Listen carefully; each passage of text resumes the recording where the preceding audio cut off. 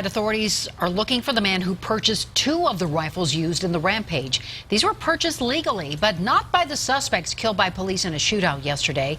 We don't know if the owner bought them for the suspects or if the rifles were stolen. The FBI is still not calling this an act of terror, even though one of the suspects did have contact with known terror suspects. Denver 7 reporter Marc Stewart joins us now. And Marc, this investigation is stretching really across the country now. Indeed. What happened in California is now getting the attention of investigators here in Colorado. They want to make sure there are no local connections to the crime.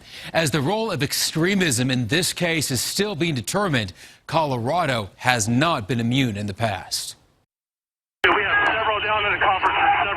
On this day, after the massacre in San Bernardino, new questions about the shooters and if they were radicalized.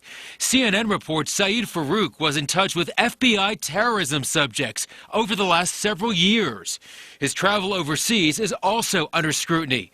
Investigators say there are signals it was something more than a workplace dispute. If you look at the amount of obvious pre-planning that went in, the amount of armaments that he had, the weapons and the ammunition, there was obviously a mission here. We know that.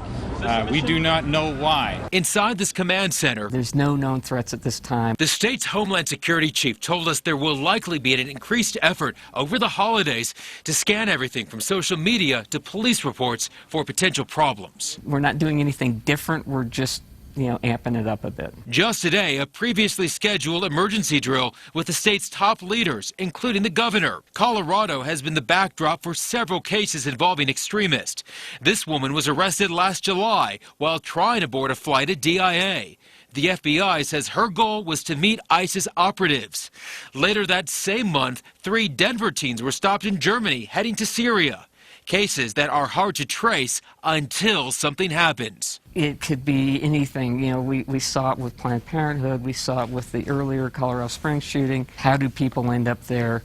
Looking at what leads to that, I think, is important because our #1 mission is prevention. Looking ahead, the director would like to see even more involvement between local law enforcement and the state's Homeland Security Office. Eric, he also stresses the importance of trying to find vulnerable people before the terrorists do.